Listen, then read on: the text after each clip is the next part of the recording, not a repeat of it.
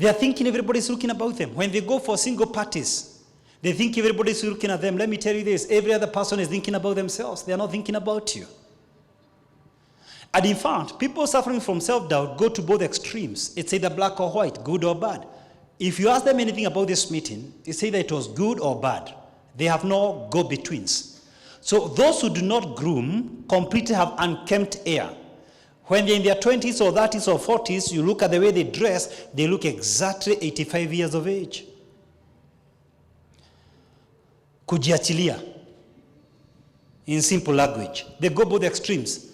They either groom too much or forget about it altogether. Allow me to suggest, life is 5% what happens to you and 95% whether you respond or react to what happens to you. In the words of Ralph Waldo, what lies behind us and what lies before us are tiny matters in comparison to what lies within us. I'm suggesting there is something you can do about your esteem, and that's my main focus tonight. Ladies and gentlemen, if you allow me, I want to take you through a 7-step procedure on how to overcome self-doubt. This is your take home. Number one, confront your past. Confront your past. You see, if you don't identify and address the missing link, the passing of time will not alter the outcome. The person who doesn't understand his history is like a tree without roots. We can try to ignore or assume the past. But what happens is this: when we don't learn from our mistakes, we are condemned to repeat them. I want to propose 3 ways to confront your past. Number 1, learn from your failure. Evaluate your failures objectively so that you don't repeat it. And then close the doors to your past and throw the keys far away from you. That way you have dealt with things you don't want them to repeat into your future. Number 2, to confront your past, learn to forgive those who hurt you, not for their sake, but for your sake.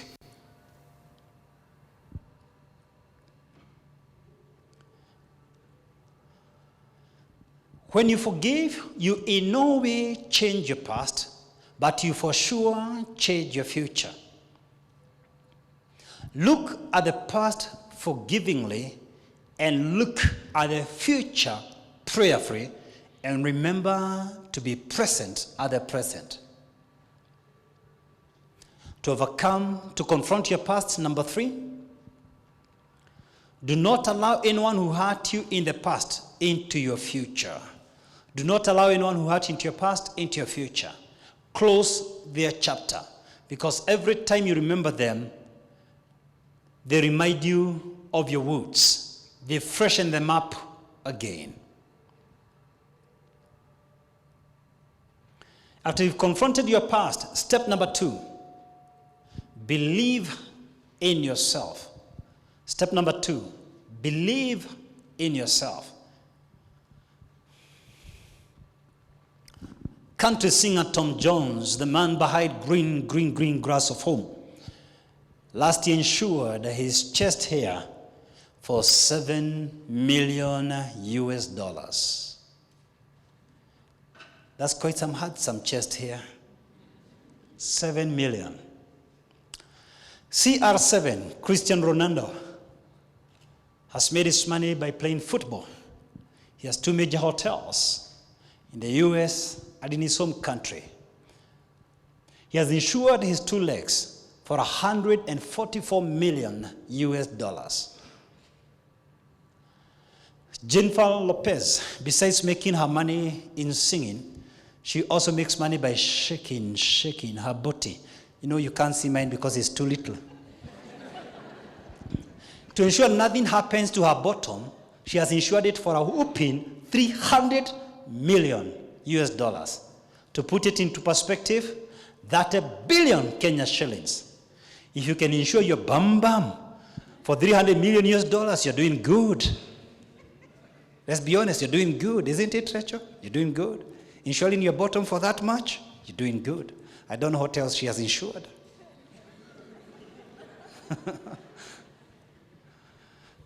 The highest insured body parts, Mariah Carey's legs, are whooping 1 billion US dollars.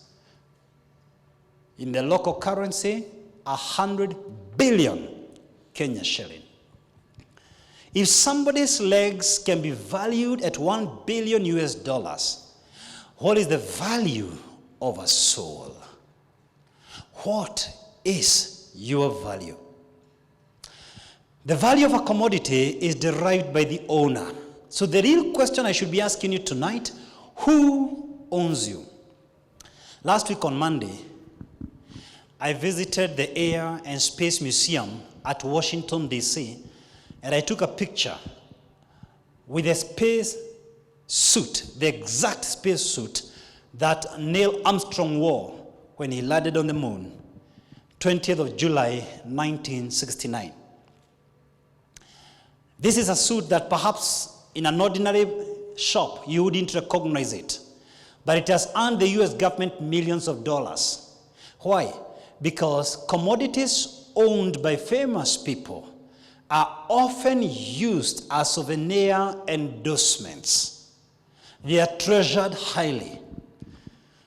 One time Michael Jackson the late was doing a performance, then he removed his jacket and threw to the audience. You should have seen the speed at which the people are grabbing that jacket. Maybe if you went to a shop, you wouldn't even have picked that jacket. But now because it's worn by a famous person, the value goes up. So the real question is, who owns you? You know, in the creation story, we see God creating everything through the spoken word. When it came to your chance to be made, he fashioned you with his own hands. And then he breathed into that body and you became a living soul. I put it to you tonight, you are the breath of God. You are owned by the Almighty God. You are priceless. There's nothing you wear that gives you value. There's nothing you drive that gives you significance. Your net worth is not your self-worth. Your value are not your valuables. If you attach your value to your valuables, and your valuables get shaken, then your value gets shaken.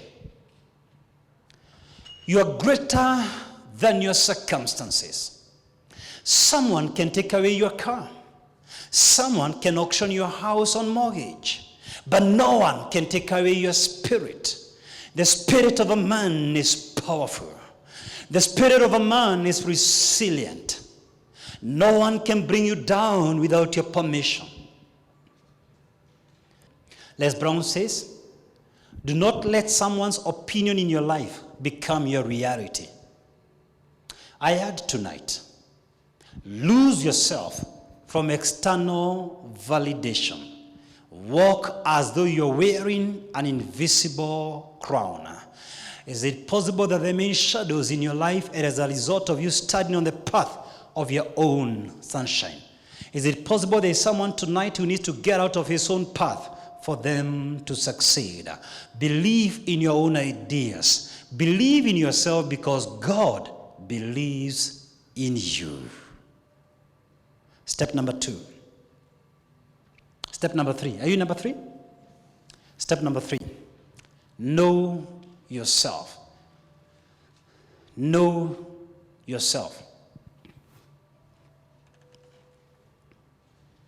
In Acres of Diamond, Russell Hannan Cornwell narrates the tale of an African farmer who sold his land to get some money in search of some fortune, diamonds.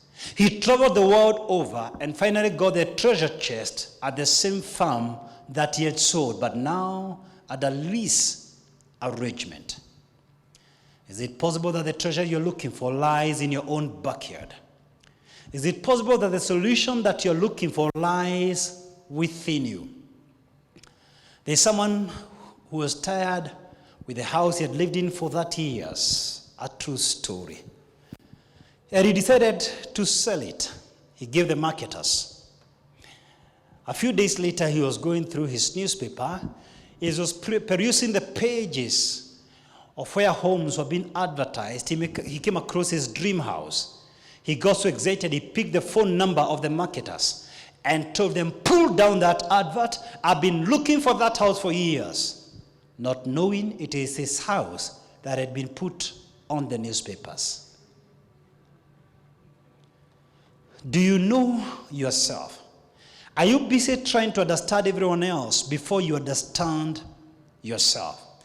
You know, when you do not know yourself, you don't know who to pick as a friend. You don't know what career to pick. You don't know what business to pursue. You don't know what hobbies to engage in. You see, my purpose defines my hobbies. It defines my habits. It defines my day because I know myself. I don't just read any book. I'm a directional reader. I read things commensurate to what I prepare for these meetings and elsewhere. I'm able to narrow down because I know my purpose.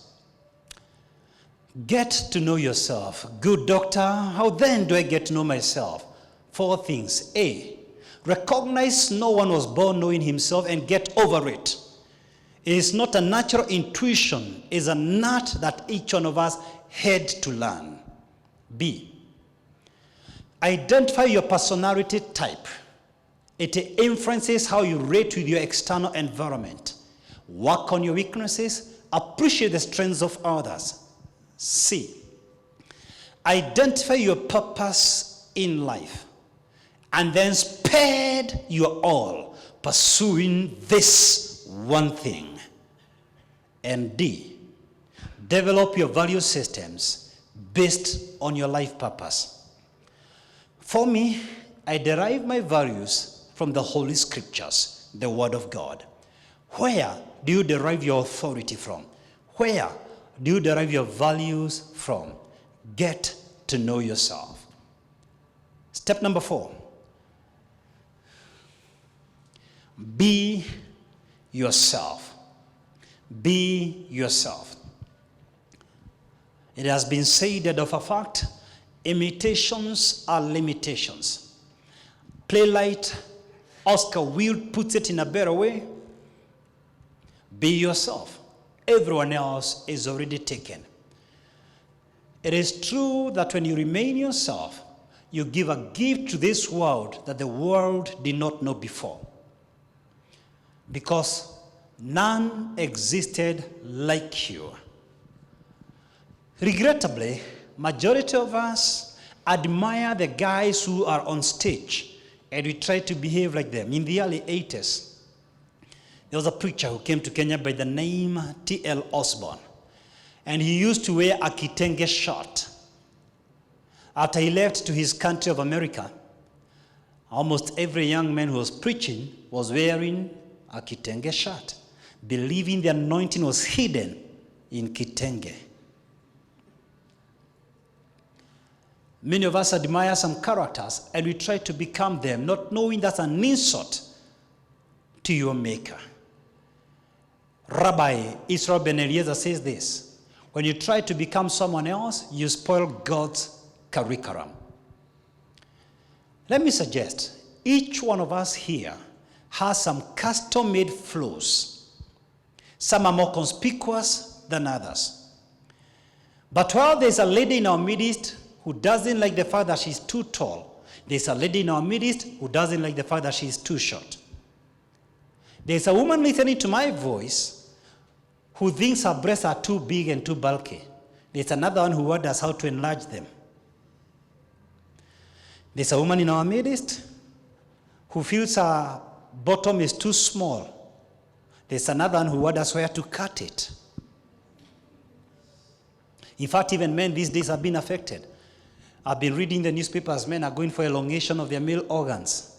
I don't know why that is being done. I normally suspect it weakens the organ. I have no evidence. But I also know there's no woman, when they are meeting with a man on a coffee date, who tries to check from the man his size. I don't think that is what makes them decide to marry us or not. So I don't think you need to work on your male organ. You need to work on your brain. You are your mind. Even sexologists say the first sex organ is the mind.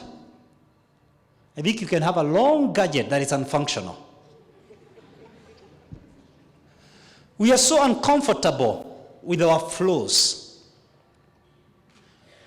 But some are so conspicuous, especially if you are born blind, you are born deaf.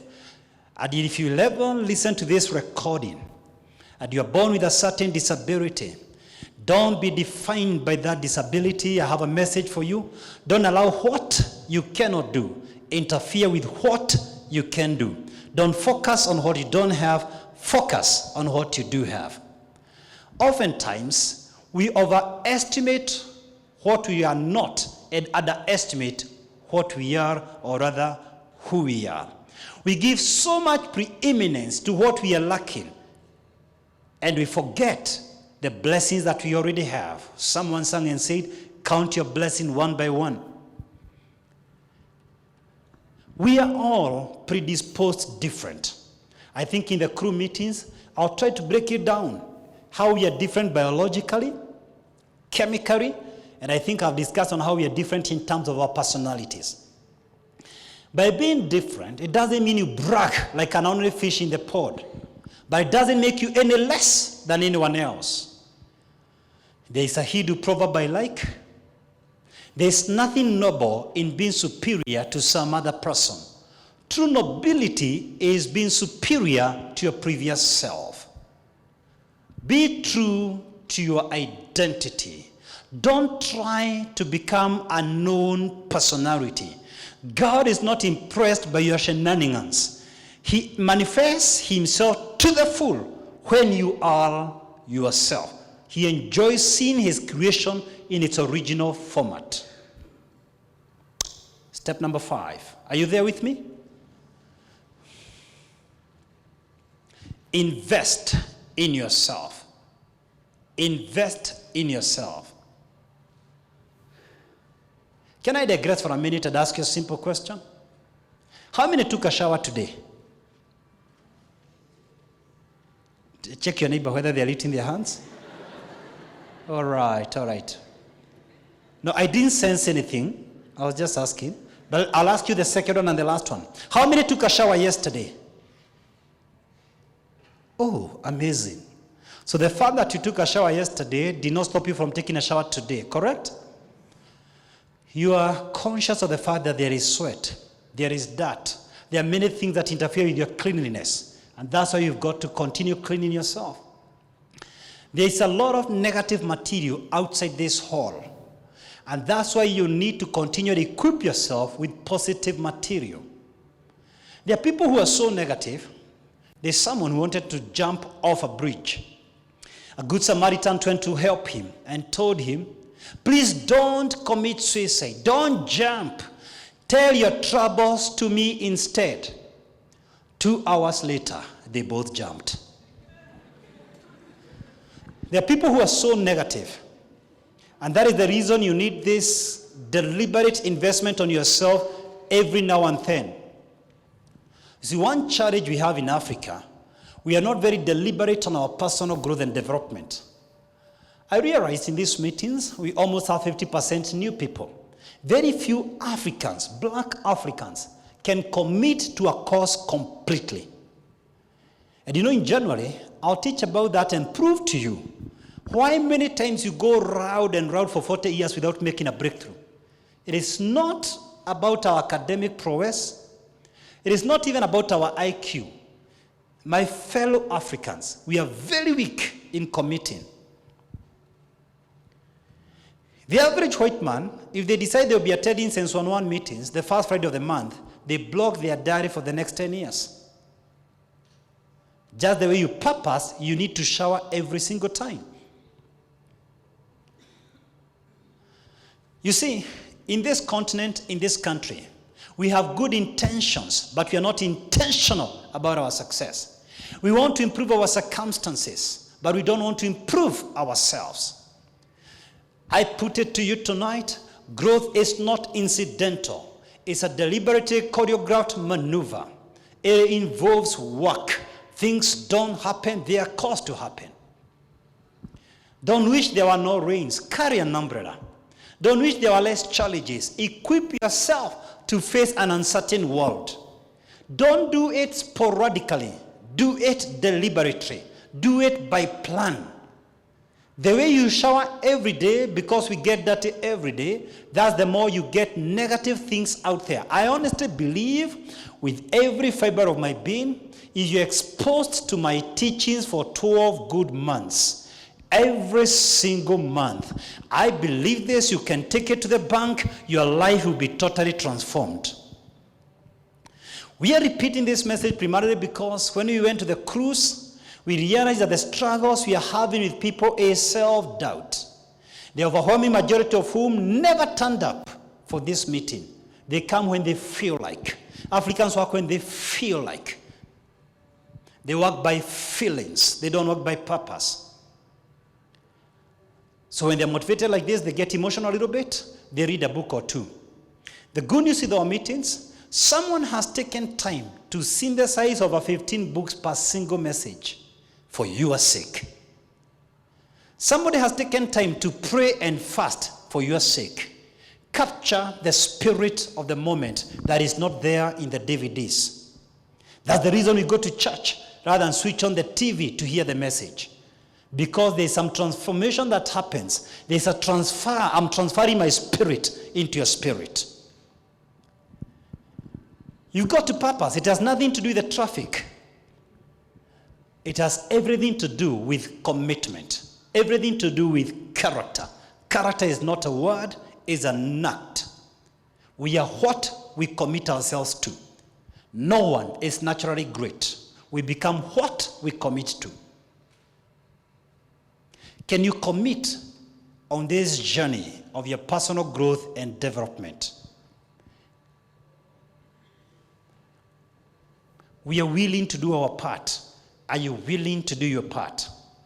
When the student is ready, the teacher will appear. Step number 6.